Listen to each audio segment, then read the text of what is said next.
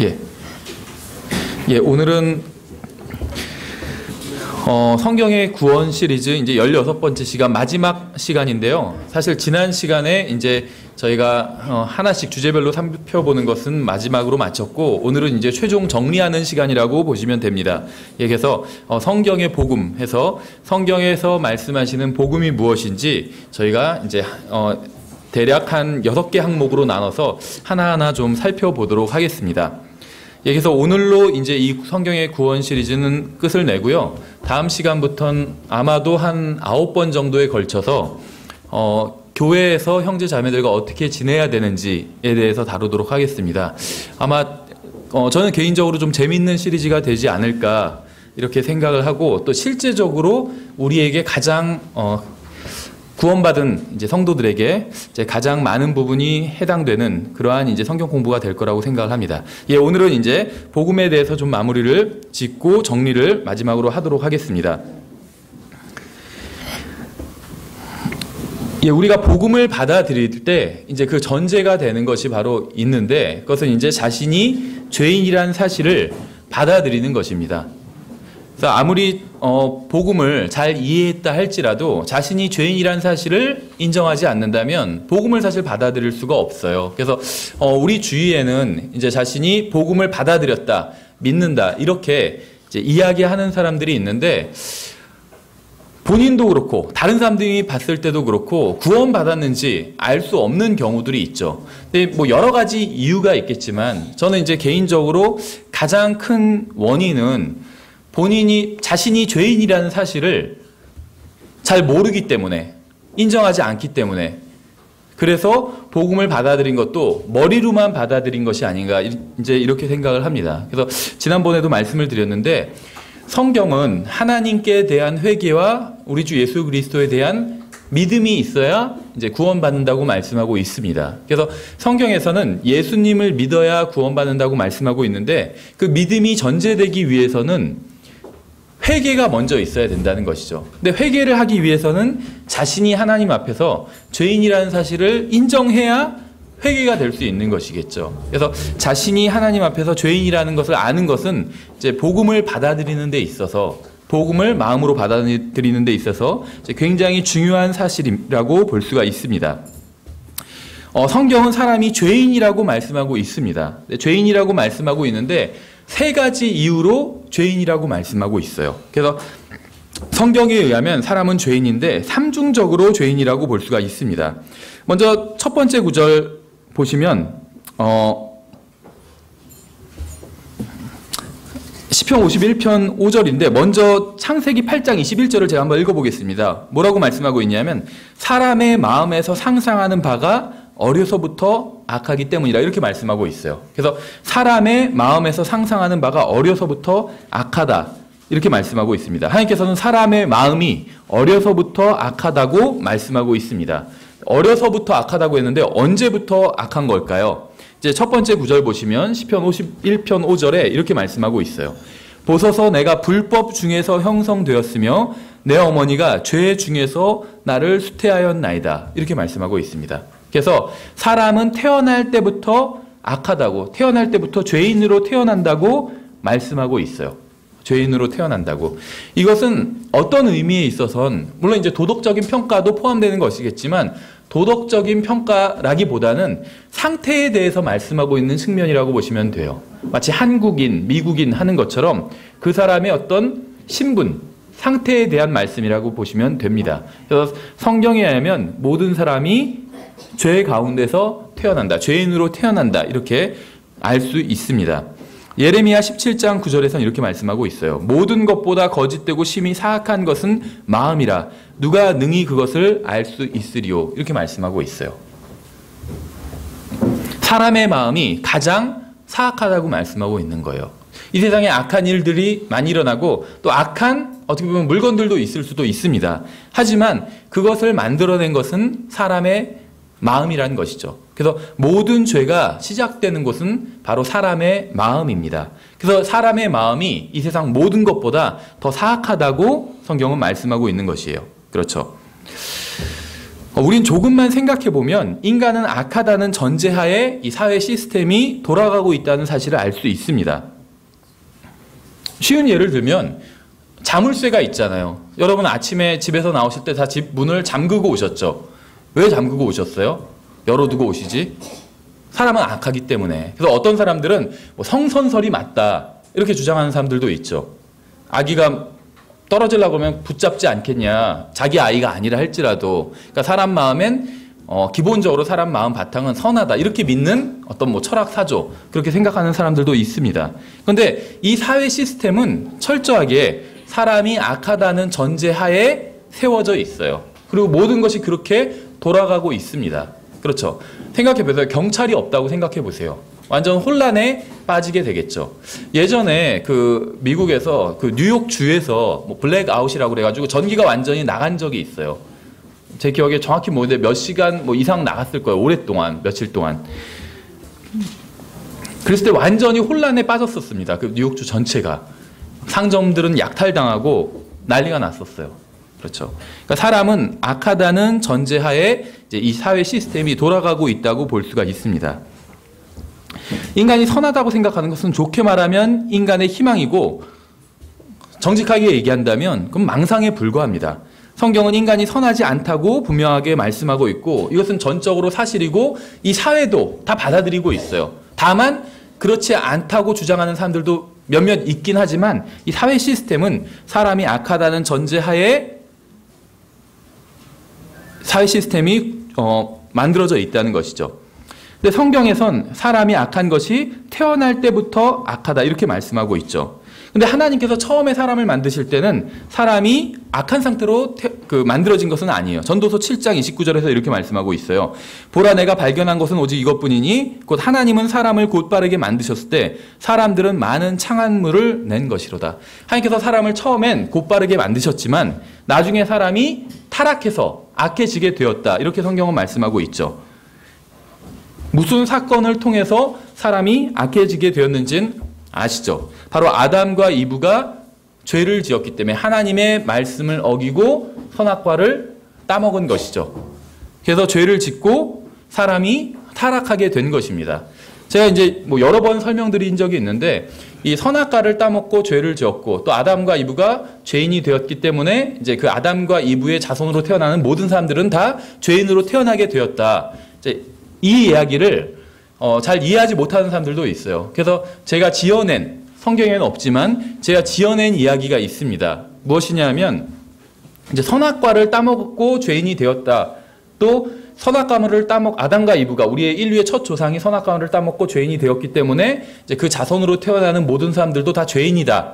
이제 이런 얘기를 잘 이해하지 못하니까 이제 이해하게 하기 위해서 한 가지 이야기를 만들어 보면 예를 들면 구덩이가 있었어요. 구덩이. 왜 있는지도 몰라요. 그 구덩이는. 왜 그냥 그 구덩이가 있어요. 근데 하나님께서는 아담과 이브에게 그 구덩이에 들어가지 말라고 하셨어요. 근데 아담과 이브는 그 구덩이에 뛰어 들어갔어요. 그래서 아담과 이브는 그 구덩이에 뛰어 들어가서 그 안에서 이제 자식들을 낳게 되었어요. 그러면 아담과 이브는 그 구덩이 안에 직접 뛰어 들어갔죠. 본인들이. 그러니까 그 구덩이 안에 있는 책임이 본인들에게 있어요. 그런데 거기서 태어난 자식들은 그 책임은 없죠. 내가 구덩이 안에 뛰어 들어가지는 않았어요. 근데 우리 부모가 그 안에 들어갔기 때문에 내가 거기서 태어나게 된 것이에요. 마치 우리 부모가 예를 들면 외국에 가서 저를 낳으면 저는 외국에서 태어난 것이죠. 제가 거기에 간 적은 없지만 저는 거기서 태어나게 되는 거예요. 마찬가지로 구덩이에 내가 들어간 적은 없지만 죄악의 구덩이에 들어간 적은 없지만 거기서 태어났기 때문에 구덩이에서 나올 필요는 있다는 것이죠. 그게 바로 사람이 죄인으로 태어났다는 의미입니다. 어떤 상태에 관한 것이라고 볼 수가 있어요. 도덕적인 평가가 아니라 상태에 대한 것이에요. 사람이 죄인으로 태어났다는 것은. 그래서 성경은 뭐라고 말씀하고 있냐면 로마서 5장 12절에서 제가 방금 말씀드린 것을 한마디로 이렇게 정리했어요. 그러므로 한 사람으로 말미암아 죄가 세상에 들어오고 죄로 말미암아 사망이 들어왔나니 이와 같이 모든 사람이 죄를 범하였으므로 사망이 모든 사람에게 임하였느니라. 앞부분에서 한 사람으로 말미암아 죄가 세상에 들어왔다 이렇게 말씀하고 있는 것이죠. 아담과 이브, 아담이라는 한 사람이 구덩이에 들어가서 자식을 낳았기 때문에 그 자손으로 태어난 모든 사람들이 다 구덩이 안에서 죄악의 구덩이 안에서 태어나게 되었다는 것입니다. 그렇죠. 그래서 죄에 대한 그 구덩이 안에 들어간 것에 대한 책임은 다른 모든 사람에게 있지는 않아요. 그건 아담과 이브에게만 있습니다. 하지만 구덩이에서 나올 필요는 있다는 것이죠. 구출될 필요가 있다는 것이에요. 그래서 로마서 방금 우리가 읽은 5장 12절은 두 가지 사실을 말씀하고 있습니다. 첫째는 한 사람으로 인해서 그 후손인 모든 사람들이 다 죄인이 되었다는 사실이라는 것이죠. 죄인으로 태어났다. 이건 약간 좀 억울할 수 있습니다. 내가 잘못한 것이 아니라 아담과 이브가 잘못했기 때문에 내가 죄인으로 태어났기 때문에. 그런데 이것은 방금 말씀드린 것처럼 죄에 대한 일단 책임은 나에게는 없어요. 아담과 이브에게, 인류의 첫 조상에게만 있는 것이고, 그렇죠. 근데 이것은 억울할 것은 없습니다. 왜냐하면 죄인으로 태어났지만 죄에 대한 책임은 없기 때문에 하나님께서 그 책임을 우리에게 묻지는 않으실 거기 때문에, 왜 너는 죄인으로 태어났느냐 이렇게 심판하지는 않으실 거라는 것입니다. 그렇죠. 또 성경은 한 사람으로 말미암아 죄가 세상으로 들어왔다고 말씀하고 있어요. 이것은 우리가 죄인으로 태어났다는 말씀입니다. 성경은 우리가 죄인이라고 하는데 그것은 우리가 죄인으로 태어났기 때문에 죄인이라고 하는 것이에요. 그래서 우리가 죄인인 첫 번째 이유는 죄인으로 태어났기 때문에 죄인인 것입니다. 로마서 5장 12절을 통해서 알 수 있는 두 번째 사실은 바로 사람이 왜 죽는가입니다. 왜 죽는가? 사람은 왜 죽죠? 교통사고를 당해서 죽는 건가요? 아니면 병들어서 죽는 건가요? 아니면 늙어서 죽는 건가요? 왜 늙으면 죽게 되죠? 성경은 사람이 죄인이기 때문에 죽는다고 말씀하고 있어요. 그래서 인간은 죄인으로 태어났기 때문에 죽는 것입니다. 그래서 성경은 한 번 죽는 것은 사람들에게 정하신 것이요 그 뒤에는 심판이 있으리니 이렇게 말씀하고 있죠. 그러니까 뭐 교통사고를 당했거나 아니면 병들었거나 늙어서 죽는 것은 어떤 죽음에 대한 근본적인 원인이 아닙니다.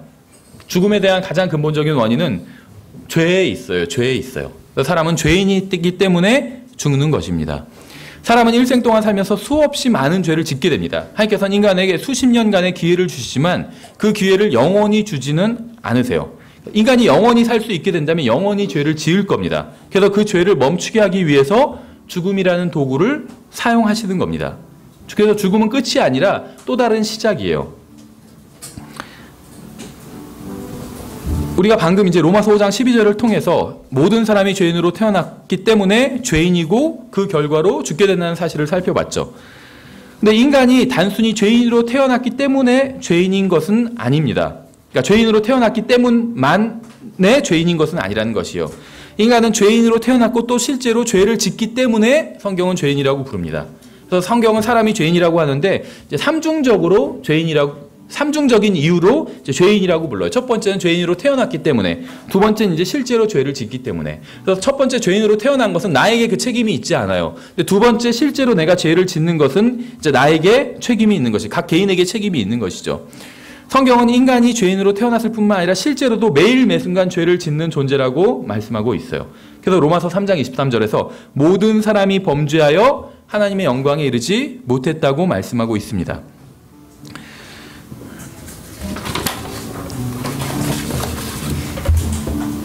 자기가 죄를 한 번도 지어본 적이 없다고 말할 수 있는 사람은 아무도 없을 겁니다.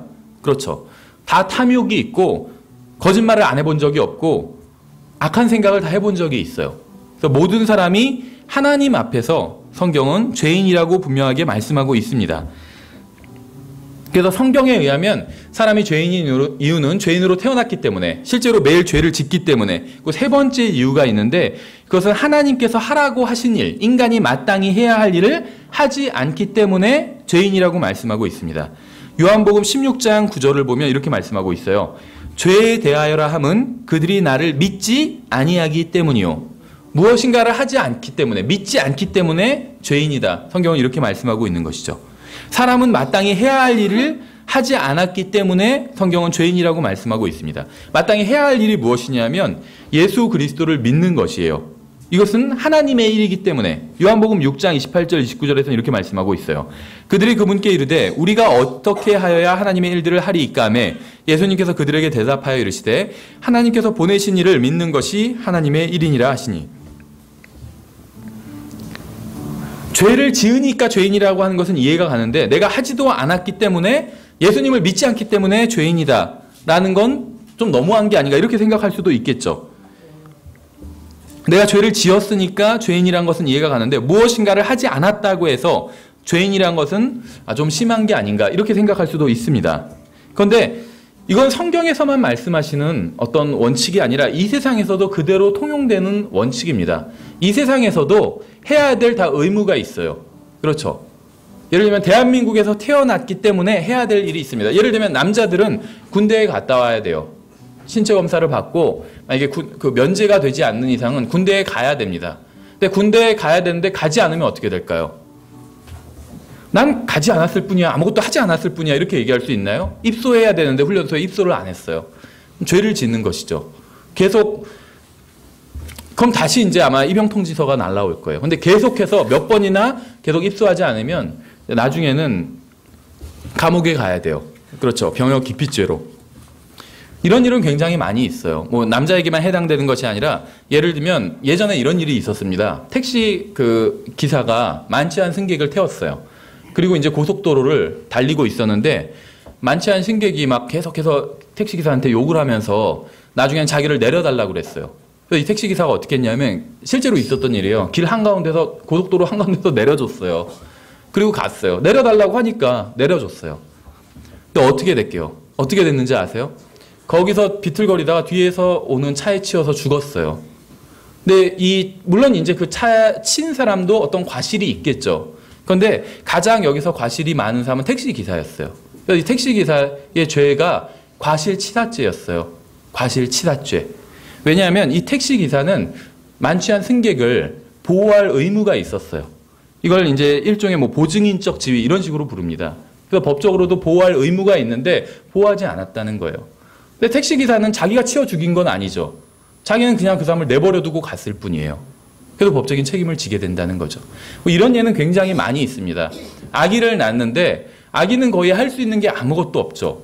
정말 자고 먹고 싸고 울고 이것뿐이 할 수 있는 게 없어요. 근데 아기한테 아무런 예를 들면 젖을 주지 않았어요. 그럼 내가 아기를 죽인 건 아니죠. 사람을 죽일 때처럼 뭐 목 졸라 죽인 건 아니에요. 젖만 주지 않았어요. 무엇만 하지 않은 거예요. 그래도 어떻게 되죠? 뭐 유기에 의한 과실치사죄가 되겠죠. 유기에 의한 아니면 유기에 의한 살인죄가 되겠죠. 그거는 과실치사가 아니라 살인죄. 그러니까 내가 무엇을 해야 될 의무가 있는데 그것을 하지 않으면 죄가 된다는 거예요. 이 세상에서도. 하나님께서도 마찬가지입니다. 사람이라면 마땅히 해야 될 것이 있고 부모라면 또 마땅히 해야 될 것이 있고 어떤 뭐 자기가 누군가를 보호하고 있다면 마땅히 해야 될 것이 있습니다. 근데 그것을 하지 않으면 죄가 된다는 거예요. 이 세상에서도. 마찬가지로 하나님 앞에서도 마찬가지예요. 하나님께서 하라고 지정하신 일이 있는데 그것을 하지 않으면 죄가 된다는 것입니다. 그래서 요한복음 16장 9절에서 이렇게 말씀하고 있어요. 죄에 대하여라 하면 그들이 나를 믿지 아니하기 때문이요. 믿지 않는 것이 죄라는 거예요. 그렇죠.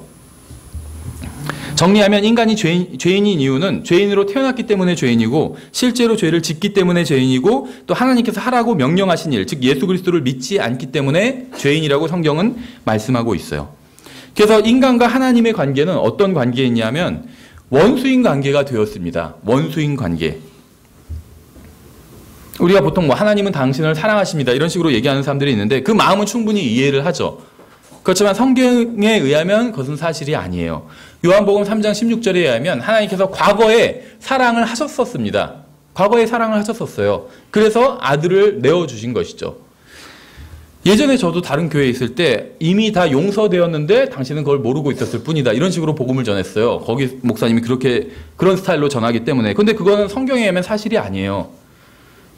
이미 다 이런 식으로 복음을 전해요. 이미 다 예수님께서 십자가 위에 달려서 죽으셨기 때문에 이미 다 당신의 죄가 용서됐다.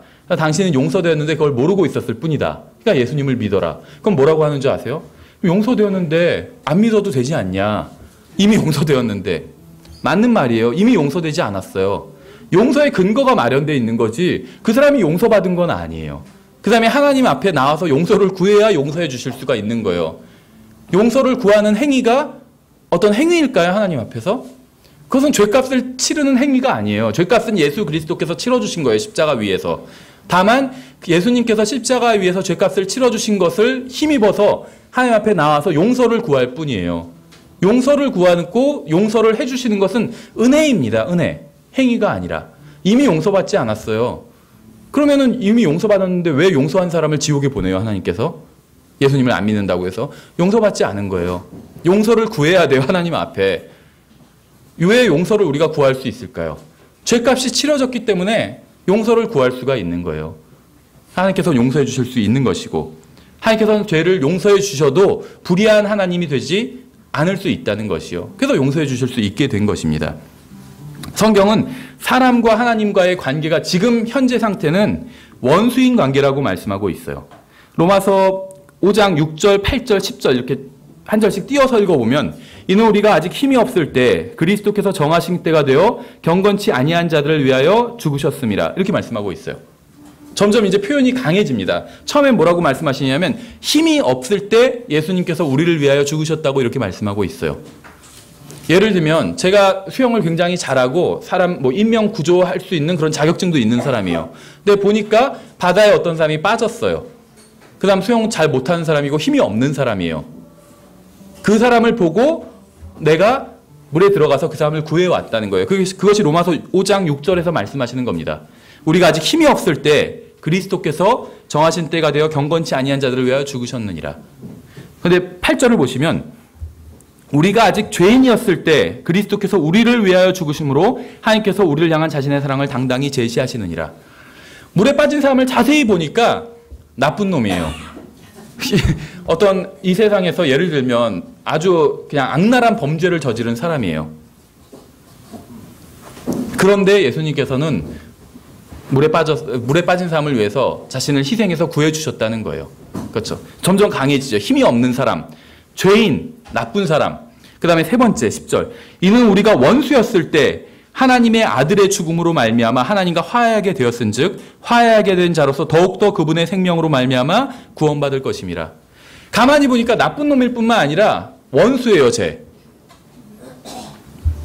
아들을 죽인 원수예요. 어떻게 하시겠어요? 힘이 없는 사람이라면 구해주겠죠. 나에게 구해줄 능력이 있다면. 근데 가만히 보니까 나쁜 놈이에요. 그럼 여기서부터는 이제 좀 갈등이 되죠. 근데 더 가만히 자세히 보니까 나쁜 놈일 뿐만 아니라 원수였어요. 그래도 구해주셨다는 거예요. 하나님께서는 자신의 아들과 원수가 빠져 있어요. 자신의 아들과 원수가 물에 빠져 있어요. 여러분은 누굴 구하시겠어요? 고민할 게 없죠. 자기 아들을 구할 거예요. 근데 하나님께서는 자기 아들을 구하지 않으시고 원수를 구해주신 거예요. 원수를. 그렇죠. 그래서 로마서 5장에 의하면 우리와 하나님의 관계는 용서받는 관계가 아니에요. 원수인 관계예요. 우리가 구원받기 이전에는 하나님과 원수인 관계였습니다. 그래서 죽으면 지옥에 가는 거예요. 하나님과 원수이기 때문에. 예수 그리스도를 믿고 구원받아서 하나님의 자녀가 되기 전에는 하나님과 원수였었습니다. 그래서 골로새서 1장 21절에서는 이렇게 말씀하고 있어요. 전에는 너희가 사악한 행위들로 인하여 멀리 떨어져서 너희 마음에서 원수가 되었으나, 원수였대요. 용서받았었으나 이렇게 말씀하고 있지 않아요. 원수가 되었으나, 원수였대요. 우리가 하나님과. 그렇죠. 이렇게 해서 성경에 의하면 하나님과 인간의 관계는 사람이 죄인으로 태어났고 실제로 죄를 짓고 또 하나님께서 하라고 하신 일을 하지 않기 때문에 하나님과 원수인 관계가 되었습니다. 그렇다면 이제 세 번째, 사람은 왜 지옥에 가는가? 이것은 첫 번째 것과 관련이 있어요. 죄인이기 때문에 사람은 죽게 된다고 말씀을 드렸죠. 그리고 죽음으로 모든 것이 끝나는 것이 아니라고 성경은 분명하게 말씀하고 있습니다. 한 번 죽는 것은 사람들에게 정하신 것이요 그 뒤에는 심판이 있다고 성경은 말씀하고 있어요. 죽음으로 끝나는 것이 아니라 죽음 이후엔 심판이 있다고 말씀하고 있어요. 성경은. 그렇다면 사람은 왜 지옥에 갈까요? 첫사람이자 모든 사람의 조상인 아담이 지은 죄를 성경은 단수형으로 죄라고 부르고 있어요. sin, 죄, 단수형으로 부르고 있습니다. 이걸 보통 이제 원죄라고 말을 합니다. 근데 성경에는 원죄라는 말이 나오지 않아요. 성경에선 sin, 단수로 죄라고 말하고 있으면 이게 아담이 지은 죄, 이 원죄를 말하는 것이고 또 우리에게 있어서는 죄의 본성을 말하는 것입니다. 죄의 본성. 그래서 내 스스로 원하지 않아도 인간으로 태어난 이상 모두 이 죄의 본성을 가지고 있어요. sin이라는 이 단수의 죄의 본성을 가지고 있습니다. 예수 그리스도를 믿지 않고 죽은 사람은 지옥에 가지만 이 죄의 본성 때문에 가지는 않습니다. 죄의 본성 때문에 지옥에 가는 것은 아니에요. 아마 어저께 그 로마서 시간에도 잠깐 목사님 얘기하신 것 같은데 어린아기가 죽으면 지옥에 가지 않죠. 어린아기도 죄의 본성을 가지고 태어납니다. 예를 들면 1살짜리 아기가 죽으면 1살짜리 아기도 죄의 본성을 가지고 있어요. 그렇죠. 선하게 태어난 것이 아니에요. 죄의 본성이 있어요. 죄라는 것의 특징이 무엇인지 아세요? 이기적이에요. 죄는 이기적이에요. 이타적인 죄는 없어요. 다른 사람을 위해서 희생한 죄 이런 건 존재하지 않아요. 그거는 의라고 불러요. 죄는 이기적입니다. 모든 죄의 공통점은 이기적이에요. 그래서 이기적인 기도는 죄예요. 이기적인 기도는 죄예요. 그렇죠. 모든 죄는 이기적입니다. 아기도 이기적이에요. 잘 때 한밤중에 막 울잖아요. 부모님 곤히 피곤하게 주무시는데 막 울어서 깨우잖아요. 그렇죠. 어쩔 때는 아기를 이제 재워놓고 이제 방에서 무엇을 하고 있으면 아기가 막 울어요. 가서 보면 아무 일도 아니에요. 그냥 웃어요. 다시 저를 보자마자 바로 웃어요. 죄의 본성이라는 것이요. 이것이 이기적이잖아요. 자기 혼자 심심하니까 운 거예요. 그냥. 그런데 성경은 이 죄의 본성 때문에 지옥에 간다고 말씀하고 있지 않습니다. 왜냐하면 이 죄의 본성, 다시 말하면 보통 하는 말로 원죄, 이 원죄에 대한 책임이 나에게 있지 않기 때문에. 그래서 성경은 왜 사람이 지옥에 간다고 말씀하고 있냐면 죄의 본성, 죄인으로 태어났기 때문에 지옥에 간다고 말씀하고 있지 않아요. 죄를 짓기 때문에 지옥에 간다고 말씀하고 있습니다. 예를 들면 마태복음 5장 29절부터 보시면 만일 내 오른 눈이 너를 실족하게 하거든 빼어내버리라. 이는 내 지체 중에 하나가 없어지고 온몸이 지옥에 던져지지 않는 것이 내게 유익하기 때문이라. 만일 내 오른손이 너를 실족하게 하거든 찍어내버리라. 이는 내 지체 중에 하나가 없어지고 온몸이 지옥에 던져지지 않는 것이 내게 유익하기 때문이라. 이 사람이 짓는 죄 때문에 이 사람이 손으로 짓는 죄, 또 눈으로 짓는 죄 때문에 지옥에 던져진다고 말씀하고 있는 것이죠. 마찬가지예요. 기니까 다 읽진 않지만 계시록 22장 11절부터 15절에 보시면 제가 밑줄 그은 표현이 있죠. 자기 행위들에 따라 책들에 기록된 대로 심판을 받는다고 말씀하고 있어요. 자기들의 행위에 따라 심판을 받고 이렇게 말씀하고 있죠. 죄인으로 태어났기 때문에 심판을 받고 성경은 이렇게 말씀하고 있지 않아요. 죄인으로 태어났기 때문에 죄인이지만 책임이 없기 때문에 그것으로 인해서 벌을 받지는 않는다는 거예요. 실제로 죄를 지었기 때문에 하나님 앞에서 벌을 받게 된다는 것입니다. 이 사회에서도 그래요. 일반적으로도 죄에 대한 책임이 없으면 벌을 받지 않는다. 잘못된 행위를 한다 할지라도 책임이 없으면 벌을 주지 않아요. 이 사회에서도. 그래서 분명하게 자기 행위들에 따라 심판을 받는다고 성경은 기록하고 있습니다. 사람은 자신이 지은 죄 때문에 지옥에 가게 된다고 말씀하고 있어요. 근데 우리가 사람이 죄인인 이유가 세 가지라고 말씀드렸죠. 죄인으로 태어났기 때문에, 두 번째는 죄를 짓기 때문에, 세 번째는 하나님께서 하라고 하신 일을 하지 않기 때문에 죄인이라고 말씀을 드렸죠. 근데 첫 번째 이유, 죄인으로 태어났기 때문에 지옥에 가는 것은 아니라고 말씀드렸죠. 왜냐하면 그것은 죄에 대한 책임이 나에게 없기 때문에. 두 번째 이유, 실제로 죄를 짓기 때문에 지옥에 간다고 말씀을 드렸고, 이제 세 번째, 하나님께서 하라고 하신 것이 무엇이었죠? 예수님을 믿는 것이었죠. 그것을 하지 않기 때문에 사람은 지옥에 간다고 말씀하고 있습니다. 계시록 21장 8절을 보시면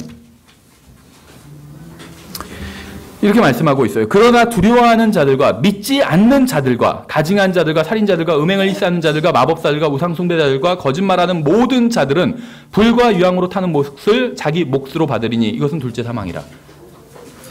여기서 이제 죄인들에 대해서 열거하고 있어요. 이러한 사람들이 지옥에 간다. 살인자, 음행하는 자, 마법사들. 그러니까 난 여기에 다 해당 안 되는데 음행한 적도 없고 살인한 적도 없고 믿지 않았잖아요. 그럼 지옥에 간다는 거예요. 그리고 또 거짓말하는 모든 자들. 여기서 걸리지 않는 사람은 아무도 없죠. 그래서 성경에 의하면 사람이 지옥에 가는 세 가지 이유가 사람이 죄인인 이유는 세 가지지만 지옥에 가는 이유는 두 가지라는 거예요.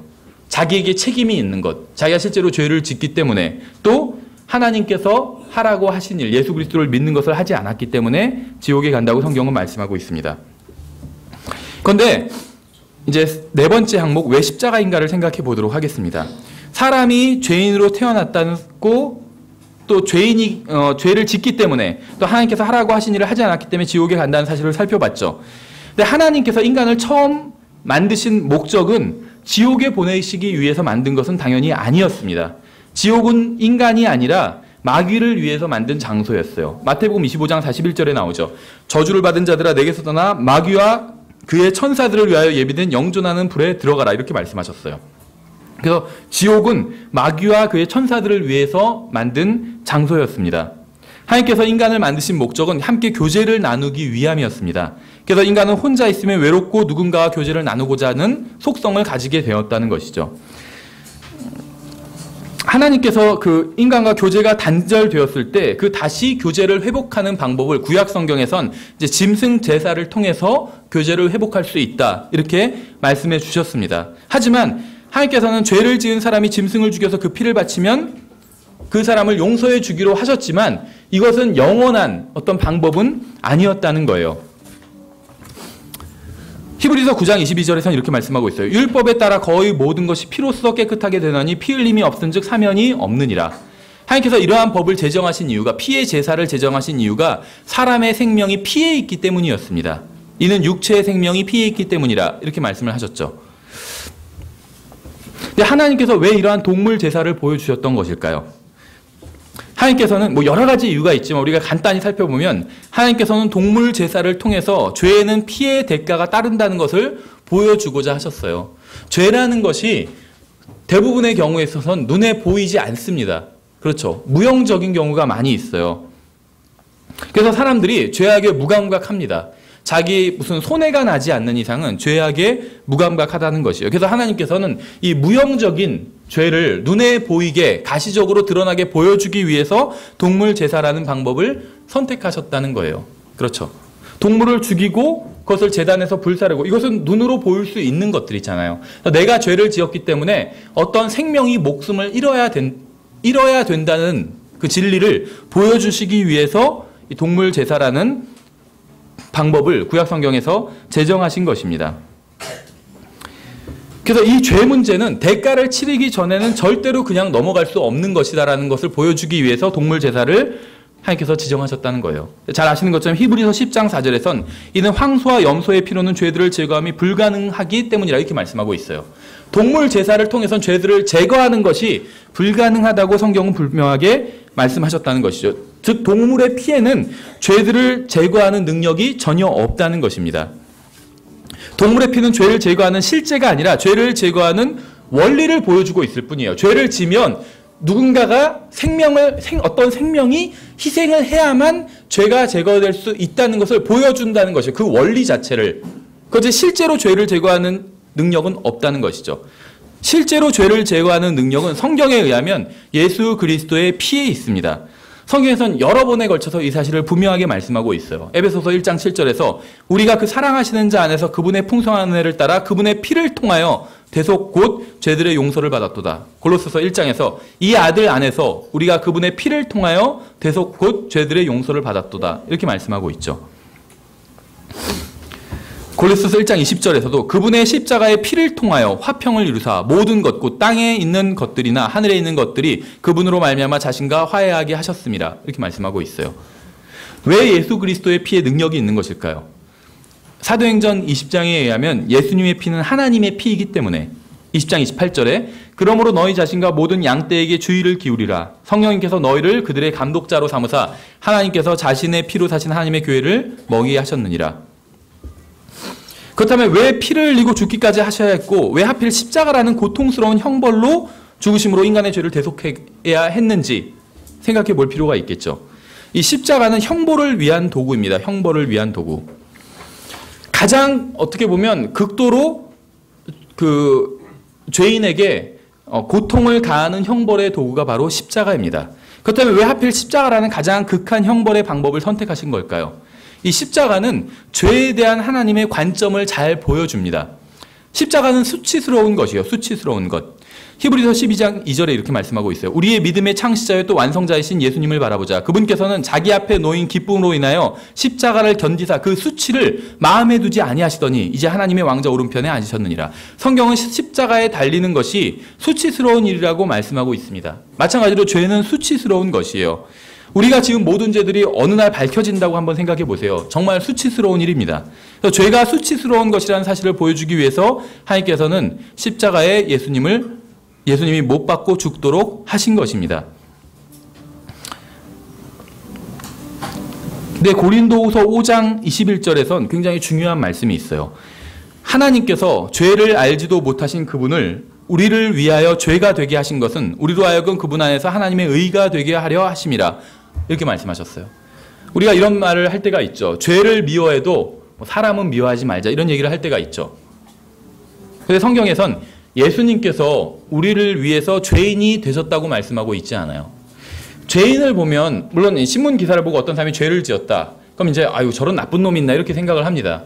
그렇죠? 죄를 지은 사람을 보면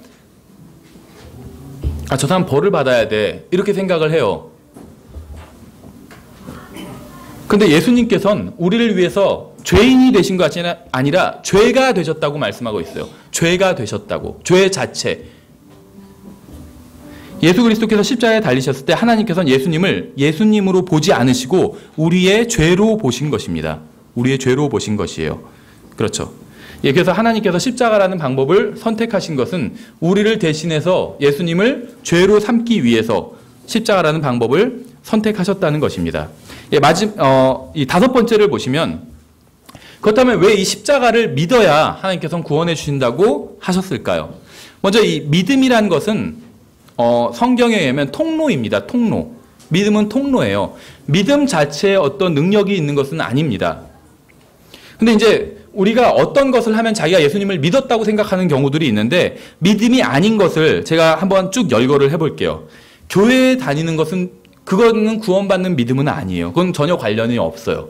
교회 다니는 것이 잘못됐다는 얘기가 아닙니다. 좋은 일이에요. 하지만 교회를 다니는 것이 구원받는 믿음을 가진 것은 아니라는 것입니다. 또 침례를 받으면 구원받는다는 말도 성경에 없어요. 착하게 살면 구원받을 수 있다는 말도 성경에 없습니다. 자신의 죄를 뉘우치면 구원받는다는 말도 성경에 없습니다. 영적 기도를 하면 구원받는 것이라는 말도 성경에 없어요. 성경에는 사실 영적 기도가 나쁜 것은 아닙니다. 근데 성경엔 영적 기도라는 것이 나오지 않아요. 해도 되고 안 해도 돼요. 마음으로 믿으면 구원해 주신다고 말씀하셨어요. 영적 기도를 해야 구원해 주신다, 이런 말은 없어요. 그렇다고 영적 기도가 나쁜 건 아니지만 그것이 절대적인 기준은 아니라는 것입니다. 믿음은 통로예요. 통로. 믿음은 마치 우리가 손으로 물건을 받는 것과 마찬가지입니다. 혼에 속한 기관이라고 볼 수가 있어요. 혼에 속한 손이라고 볼 수가 있습니다. 하나님께서 주시는 구원이라는 선물을 우리가 손으로 받을 수가 없죠. 육체의 손으로 받을 수가 없어요. 그래서 혼의 손으로 받아야 되는데 그것이 바로 믿음이라는 것입니다. 그래서 믿음은 다른 사람이 주는 것을 받을 수가 있어요. 물질적인 것도 받을 수가 있지만 물질적이지 않은 것들도 받을 수가 있습니다. 다른 사람의 사랑, 또 신뢰도 받을 수가 있어요. 이것이 바로 믿음이라는 것입니다. 근데 믿음은 가치 중립적인 것이에요. 가치 중립적인 것. 좋은 것을 믿으면 좋은 것이고 나쁜 것을 믿으면 나쁜 거예요. 거짓말을 믿으면 나쁜 믿음입니다. 그것은. 근데 하나님의 말씀을 믿으면 좋은 믿음이 될 수 있다는 것이죠. 그래서 가치 중립적이에요. 그래서 성경에 의하면 무조건 믿는 것이 중요한 것이 아니라 무엇을 믿는가가 중요합니다. 정리를 하면 믿음은 도구입니다. 믿음은 도구예요. 그래서 이 도구를 사용해서 어떻게 이 도구를 사용할 것인가가 중요하다는 것이죠. 그래서 결론적으로 말씀드리면 구원받기 위해서는 인간의 몸을 입고 오신 하나님이신 예수 그리스도를 믿어야 합니다. 이것 외에는 다른 방법이 없어요. 아무리 교회를 오래 다니고 모태신앙으로 교회를 다녔다 할지라도 구원받은 것이 아니에요. 예수 그리스도를 내 개인의 구원자로 믿지 않았다면 그것은 믿은 것이 아닙니다. 구원받은 것이 아니에요. 그래서 모르겠어요. 여러분 중에는 아마 대부분 많은 분들이 구원을 받았을 겁니다. 그러나 구원받지 않은 분도 있을 거예요. 여러분이 아무리 교회에 나오고 바른 성경을 보고 또 좋은 설교를 듣는다 할지라도 예수 그리스도를 내 개인의 구원자로 받아들인 적이 없다면 그것은 구원받은 게 아닙니다. 그래서 성경은 분명하게 예수 그리스도를 믿어야 구원받는다고 말씀하고 있어요. 믿는다는 것은 부모 형제의 말을 믿듯이 그렇게 믿는 겁니다. 성경에서 예수님께서 나의 죄로 인해서 죽으시고 묻히시고 부활하셨다고 기록한 것을 우리가 신문을 보고 그 기사를 읽고 믿잖아요. 그렇죠? 이거 다 거짓말이네 이렇게 생각하지 않아요. 일반적으로는 믿습니다. 그렇게 믿는 것처럼 그렇게 믿는 것이 바로 믿음이라고 성경은 말씀하고 있어요. 하나님께서는 모든 사람이 구원받기를 원하신다고 말씀하셨고 성경에 기록하고 있습니다. 그렇게. 그래서 구원받는 방법을 쉽게 해놓으셨어요. 모든 사람이 구원받을 수 있는 방법은 믿음밖에 없습니다. 100원을 주면 구원해 주겠다 이래도 구원받지 못할 사람들이 있어요. 우리나라 사람들은 대부분 구원받을 수 있겠죠. 근데 아프리카에서는 100원도 없는 사람들이 있어요. 신문 기사를 보니까 그런 사람들이 있더라고요. 구원받지 못하는 거예요. 그래서 하나님께서는 모든 사람이 구원받기를 원하시기 때문에 모든 사람이 구원받을 수 있는 방법, 즉 믿음을 통해서 구원해 주시기로 하신 것입니다. 예, 그래서 저희가 이제 좀 간략하게 복음을 지난 15주에 걸쳐서 이제 성경에서 말씀하시는 구원에 대해서 살펴봤고, 오늘은 간략하게 복음을 요약해 봤습니다. 그래서 광고 드린 것처럼 다음 시간부터는 9번 정도에 걸쳐서 이제 교회에서 다른 형제 자매들과 어떻게 지내야 되는지에 대해서 저희가 자세하게 한번 살펴보도록 하겠습니다. 예, 수고하셨습니다.